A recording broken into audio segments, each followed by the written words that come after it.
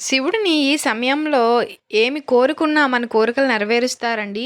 శివుడు భక్తుల కోరికలను తేలిగ్గా నెరవేరుస్తారని, త్వరగా అనుగ్రహిస్తాడనే ప్రతీతి. అయితే సోమవారం శివుడిని చాలా జాగ్రత్తగా పూజించాలండి. ఈ విధంగా కనుక చేస్తే మన సమస్యలన్నీ పరిష్కారమై మన కోరికలు నెరవేరుతాయి. హిందూ పురాణాల ప్రకారం సోమవారం శివునికి ప్రత్యేకం. శివ అనే పదంలో షి అంటే శాశ్వత ఆనందం, మగవాళ్ళ శక్తి అని, వా అంటే మహిళల శక్తి అని అర్థం. శివుడిని ఈ 3 సమయాల్లో ఏం కోరినా సరే క్షణాల్లో స్వామివారు మనకి ఇచ్చేస్తారండి. ఈరోజు శివుడిని ఈ 3 సమయాల్లో పూజించి మీ మనస్సులోని కోరికలను చెప్పినట్లయితే ఆ కోరికను క్షణాల్లో తీరుస్తారు అని చెప్పి పురాణాలు చెబుతున్నాయి. మన హిందూ మతంలోని ప్రధాన దేవతలలో శివుడు ఒకరు. హిందువులను పూజించే దేవతల్లో శివుడు మొదటివాడు. మనం శివుడిని భక్తి శ్రద్ధలతో పూజిస్తే శివుడి అనుగ్రహం మనపై ఎల్లప్పుడూ ఉంటుందండి. అయితే శివుడికి ఎలా పూజ చేయాలి? శివునికి పూజ చేసేటప్పుడు ఎలాంటి జాగ్రత్తలు తీసుకోవాలి? శివుడిని ఏ ఏ సమయంలో పూజించాలి అనేక విషయాల గురించి మనం క్లియర్గా ఈ వీడియోలో తెలుసుకుందామండి. ఫస్ట్ నుంచి లాస్ట్ వరకు కూడా వీడియోని ఎక్కడ మిస్ చేయకండి. శివుడి ఆజ్ఞ లేనిదే చీమైనా కుట్టదని అంటారు కదా మన పెద్దలు. అయితే ఈ సృష్టిలో జరిగే మంచైనా చెడైనా శివుని ఆజ్ఞతోనే జరుగుతుంది. 8 దిక్కులకు నవగ్రహాలకు అధిపతి అయిన శివుడి కరుణ ఉంటే ఎలాంటి గ్రహ దోషాలైనా తొలగిపోతాయి అని అంటూ ఉంటారు.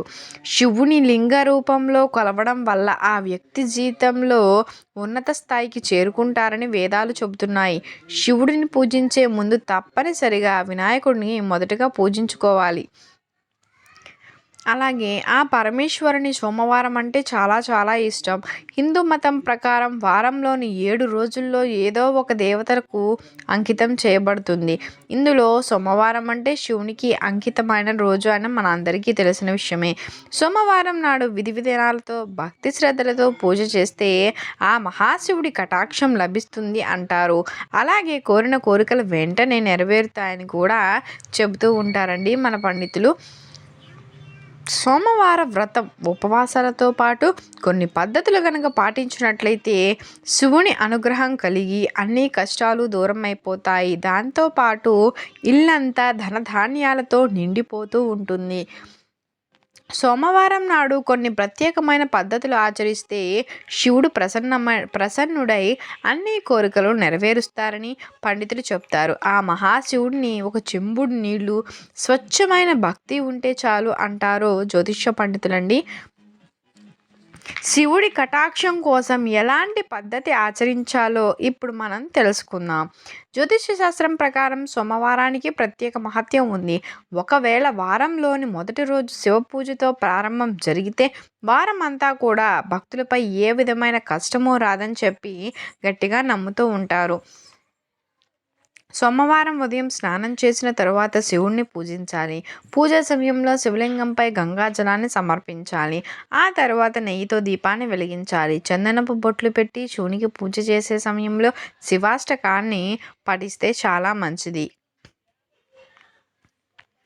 దీని వలన మనకు కష్టాలు, ఇబ్బందులు అన్నీ దూరమైపోతాయి. అన్ని కోరికలు కూడా త్వరగా నెరవేరుతాయండి.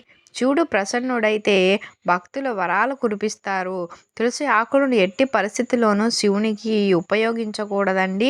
జ్యోతిష శాస్త్రం ప్రకారం వైవాహిక జీవితం దుఃఖమయంగా ఉన్నా లేదా పెళ్లిలో ఏ విధమైన సమస్య ఎదుర్కోవాల్సి వస్తున్నా సోమవారం రోజు శివాలయంలో గౌరీ శంకరులకు రుద్రాక్షను సమర్పించాల్సి ఉంటుంది.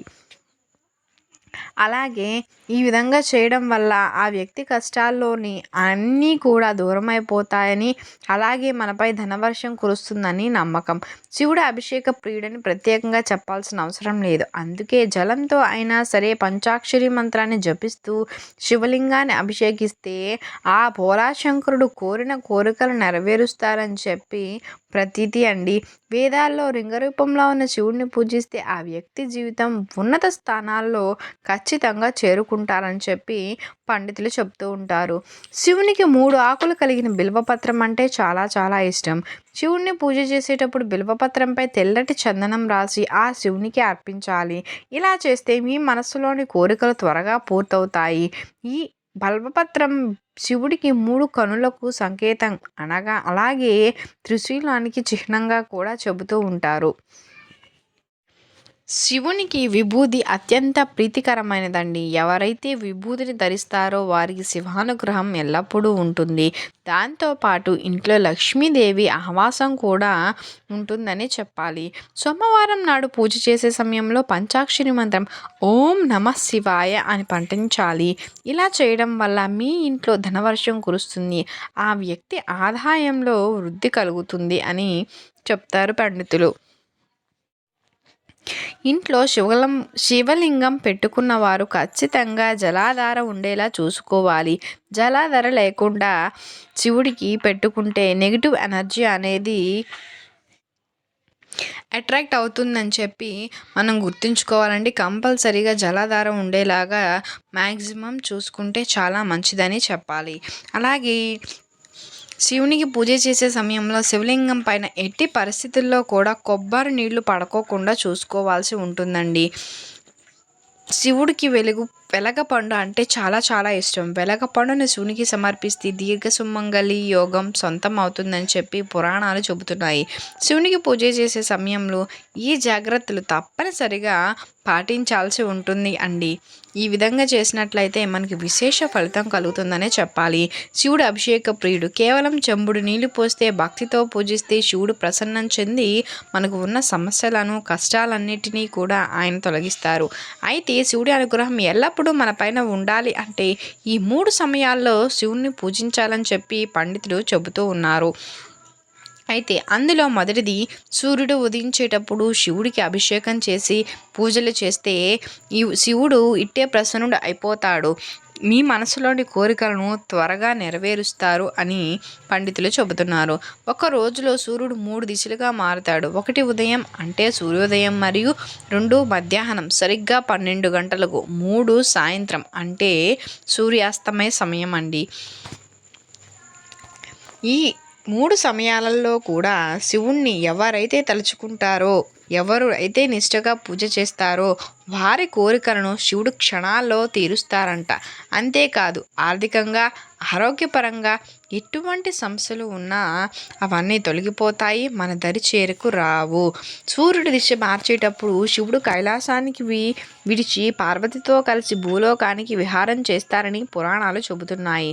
కాబట్టి ఈ 3 సమయాలలో శివుణ్ణి పూజించి మీ జీవితంలో ఉన్న కష్టాలన్నిటినీ కూడా సుఖాలుగా మార్చుకోవచ్చు. 3 సమయాలలో శివుని తలుచుకుని చాలండి, మీ మనసులోని కోరికలు క్షణాల్లో తీరిపోతాయని చెప్పి పండితులు చెబుతున్నారు. శివుడిని ప్రతిరోజు పూజించే వారికి శివుడి అభయాన్ని కూడా ఇస్తారని చెప్పి పండితులు చెబుతున్నారు. కాబట్టి ప్రతి ఒక్కరూ కూడా శివుడిని ఈ 3 సమయాలు అంటే సూర్యోదయం అయినప్పుడు, మధ్యాహ్న సమయంలో, అలాగే సూర్యాస్తమయం అయినప్పుడు ఆ పరమేశ్వరుని ఆరాధించి మీ మనసులోని కోరికలను నెరవేర్చుకోండి. శివుడు శంకరుడు, పరమేశ్వరుడు, రుద్రుడు, లోకనాథుడు, ముక్కంటి ఇలా ఎన్నో పేర్లతో ఆ శివయ్యకు ఉన్నాయండి. చేతిలో త్రిశూలం, మెడలో సర్పం, పులి చర్మం కట్టుకుని ఒళ్ళంతా బూడిద పూసుకుని ఎప్పుడు ధ్యానంలో పోయేటువంటి ఆ ఆదియోగి అణువణువుకు ఒక చరిత్ర ఉందని చెప్పి మన పురాణాలు చెబుతున్నాయి. అయితే శివుడికి 3వ కన్ను ఎలా వచ్చింది అనే ధర్మ సందేహాలకు మాత్రం పురాణాలలో రకరకాల కథనాలు అనేవి ఉన్నాయని చెప్పాలి. శివుడు కన్ను తెరిస్తే చాలు భస్మమయ్యి 3వ కన్ను గురించి పురాణాలు ఏం చెబుతున్నాయో ఒక్కసారి తెలుసుకుందామండి. ఒకానొక రోజున శివయ్య ధ్యానంలో నిమగ్నమై ఉన్న సమయంలో ఆ స్థానానికి భార్య పార్వతీదేవి వస్తుంది. ఆయన ధ్యానంలో ఉన్నాడని గమనించని పార్వతీదేవి భర్తను సరదాగా ఆట పట్టిద్దామని చెప్పి మనసులో అనుకుంటూ ఉంటుందంట. అయితే శివుడు వెనక నుంచి వెళ్ళి ఆయన కళ్ళను పార్వతీదేవి మూస్తుంది. అయితే శివుడు ఎడమ కన్ను చంద్రుడిని, కుడి కన్ను సూర్యుడిని సూచిస్తుంది. అయితే పార్వతీదేవి ఆ 2 కళ్ళను మూసివేయడంతో ముల్లోకాలు మొత్తం చీకటి అలుముకొని అల్లకల్లోలంగా మారిపోయాయని చెబుతారు. నీలకంఠుడు తనలోని శక్తి అంతా ధారపోసి తన నుదిటి నుంచి అగ్నిని ఉద్భవింపచేస్తాడు. ఆ అగ్నితో ముల్లోకాలకు వెలుగు ప్రసాదింపచేస్తాడు. ఈ క్రమంలోనే శివుడికి మూడో కన్ను వచ్చిందని చెప్పి పురాణాలు చెబుతున్నాయి. అయితే ఈ అగ్ని వేడికి పార్వతీదేవి చేతులు చెమటలు పట్టి ఆ చెమట చుక్కల నుంచి అంధకుడు ప్రాణం పోసుకున్నట్లుగా పురాణాల్లో చెప్పి ఉన్నారు. ఇది ఇలా ఉంటే మరిన్ని కథలు కూడా వాడుకలో ఉన్నాయని చెప్పాలి. ఆది పరాశక్తి త్రిమూర్తులు అయిన బ్రహ్మ విష్ణు శంకరులను సృష్టిస్తుంది. అయితే ఆ ముగ్గురిలో ఒకరు తనను వివాహం చేసుకోవాల్సిందేనని ఆది పరాశక్తి వారిని ఆజ్ఞాపిస్తుంది. దానికి మొదటిగా ఆ ముగ్గురు కూడా నిరాకరిస్తారు. దీంతో తీవ్ర ఆగ్రహానికి గురైన ఆదిపరాశక్తి తన మూడో కన్ను తెరిచి ముగ్గురిని భస్మం చేస్తానంటూ శపించగా పరమేశ్వరుడు ఆ సమస్యలను పరిష్కరిస్తారంట. అప్పుడు శివుడు ఈ మూడో కన్ను ఇస్తే తనను వివాహం చేసుకుంటాను అని చెబుతారంట. శివుడు అడగగానే ఆదిపరాశక్తి శివుడికి మూడో కన్ను ప్రసాదించింది అని, ఆ మూడో కన్ను పొందిన వెంటనే శివుడు దాన్ని తెరిచి ఆదిపరాశక్తిని భస్మం చేస్తారు అని చెబుతారు. అలా భస్మమైన బూడిదను ఒక భాగాన్ని పార్వతిగా, ఒక భాగాన్ని లక్ష్మిగా, ఇంకో భాగాన్ని సరస్వతిగా సృష్టించారని చెప్పి పురాణాలలో చెప్పబడుతుందండి. ఈ విధంగా శివుడి అనుగ్రహం మీపై ఎల్లప్పుడూ ఉండాలి అన్నా, మీ జీవితంలో ఎలాంటి కష్టాలు సమస్యలు రాకుండా ఉండాలి అన్నా శివుడికి ఈ వీడియోలో చెప్పిన ఈ 3 సమయాలలో పూజ చేసి చూడండి. మీరు ఏం కోరినా సరే క్షణాలలో స్వామివారు మనకి ఇచ్చేస్తారని చెప్పాలి. మీ వీడియో కనుక మీకు నచ్చినట్లయితే ప్లీజ్ లైక్ చేసి మీ ఫ్రెండ్స్కి షేర్ చేయండి. అలాగే కొత్త వీడియోస్ వెంటనే మీకు కావాలి అంటే నా కొత్తగా వాచ్ చేస్తున్నట్లయితే సబ్స్క్రైబ్ చేసుకోండి. అలాగే పక్కనే ఉన్న గంట సింబల్ని క్లిక్ చేసుకోవటం మర్చిపోకండి. ప్రతి నోటిఫికేషన్ కూడా మీకు వస్తుందండి. Thank you for watching. Thank you so much.